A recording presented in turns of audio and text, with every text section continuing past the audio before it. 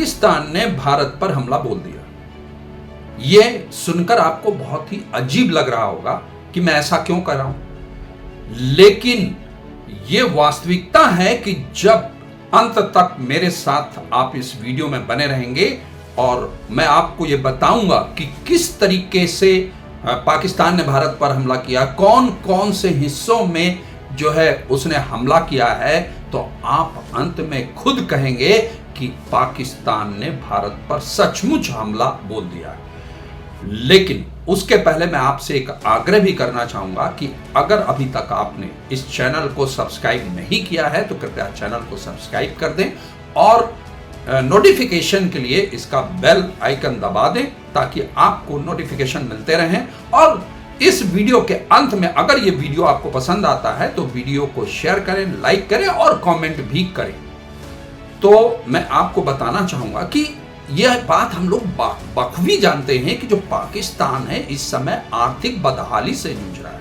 वहां की जनता भुखमरी के दौर से गुजर रही है और पाकिस्तान कटोरा लेकर के IMF और हांगकांग, चीन और तमाम जो देश हैं विश्व के, उनके सामने जो है भीख मांग रहा है, कर्ज मांग रहा है।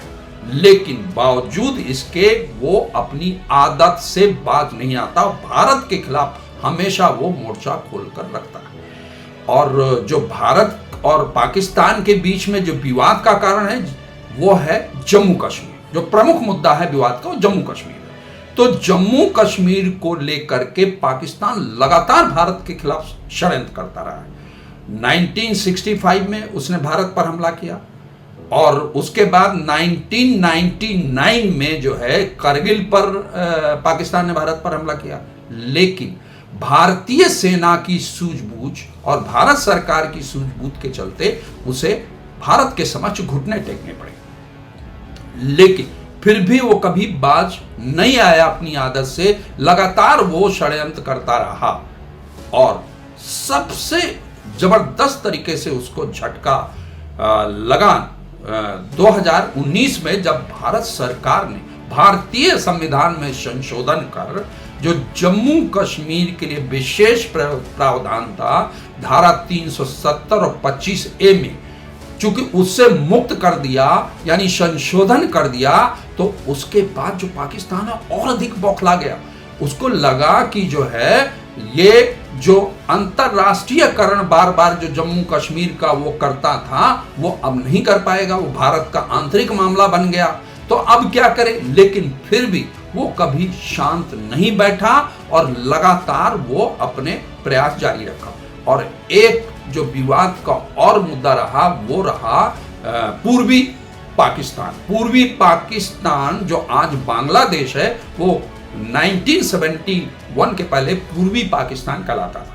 वहां पर आज़ादी का आंदोलन चला, पाकिस्तान से पूर्वी पाकिस्तान के लोग बहुत त्रस्त थे और उसको लेकर के भारत ने जो है पूर्वी पाकिस्तान या बांग्लादेश के निर्माण में भारत की अहम भूमिका रही। बाकायदे भारत पाकिस्तान के बीच युद्ध हुआ और इसमें जो है भारत विजयी रहा और बांग्लादेश एक नया देश बन के आया। तो ये इस तरीके से वो जो है दो प्रमुख मुद्दे रहे जिनको लेकर के पाकिस्तान ने हमेशा भारत के खिलाफ षड्यंत्र किया। ये दोनों ऐसी घटनाएं हैं जो पाकिस्तान को बहुत परेशान करती रही। यही कारण है कि पाकिस्तान ने जम्मू कश्मीर में आतंकवाद को नए सिरे से धार देना शुरू किया। मुजफ्फराबाद में SSG कमांडोज की जो मतलब 600 संख्या थी वो एक यूनिट लाई गई और जम्मू कश्मीर के विभिन्न इलाकों में जो है सुनियोजित तरीके से हमला करने की योजना बनाई गई। और जम्मू कश्मीर में अंदर घुसकर रियासी में एक बस जो तीर्थ यात्रियों को लेकर के जा रही थी उस पर जो है हमला किया गया। अनेक निर्दोष लोग उसमें मारे गए। उसके बाद जो है डोडा और कठुआ में सुनियोजित तरीके से ग्रेनेड से हमला किया गया और उसमें अनेक जवान भी शहीद हो गए। सीमा पार से अनेक आतंकवादियों को जो है भेजा गया, घुसपैठ कराई गई और उसके बाद घाटी के विभिन्न हिस्सों में जो है सुनियोजित तरीके से सेना और CRPF के जवानों पर घात लगाकर हमला किया। और ये लगातार षड्यंत्र जो है पाकिस्तान भारत के खिलाफ छिड़े हुए हैं। और अभी हाल में ही एक जो बहुत दुर्भाग्यपूर्ण घटना घटी वो है कि जो बांग्लादेश में शेख हसीना के नेतृत्व वाली सरकार का तख्ता पलट हुआ, उसमें जो पाकिस्तान की खुफिया एजेंसी है ISI, उसके संलिप्तता के पुख्ता संकेत मिले। और ISI ने जो वहां के कट्टर इस्लामी चरमपंथी हैं उनको भारत के खिलाफ, हिंदुओं के खिलाफ भड़काया। और इसका जो तात्कालिक नतीजा यह हुआ कि वहां पर रहने वाले 19,000 भारतीय और 1,35,00,000 जो हिंदू हैं उनका जीवन संकट में पड़ गया। लगातार उन पर जो है हिंसात्मक हमले हो रहे हैं, असुरक्षित हैं वो। लेकिन भारत ने पाकिस्तान की मंशा को समझा है और समझने के बाद यही कारण है कि भारत और पाकिस्तान के बीच जो 4,096 किलोमीटर लंबी जो सीमा जुड़ी हुई है उस पर सेना को सतर्क कर दिया। बहुत ही सख्ती बढ़ती जा रही है।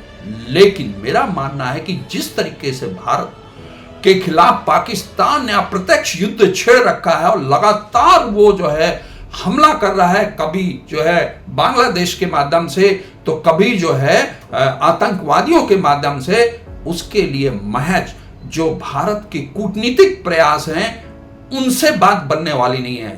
भारत को जरूरी है कि एक बार फिर से पाकिस्तान को एक और अंतर्राष्ट्रीय समुदाय को और भारत की सेना को जो है एक संकेत दे और एक ऐसा एक्शन प्लान करे जिस तरीके से पुलवामा में जो है आतंकी गतिविधि हुई थी, उसके बाद भारत ने बालाकोट में एक सर्जिकल स्ट्राइक की थी। तो आज एक बार फिर उसी तरीके के एक्शन की जरूरत है, एक और सर्जिकल स्ट्राइक की जरूरत है। तभी मुझे लगता है कि पाकिस्तान की आवाज को शांत कराया जा सकता है, अन्यथा यह समस्या लगातार बनी रहेगी। आज के लिए बस इतना ही, फिर मिलते हैं एक नए मुद्दे के साथ।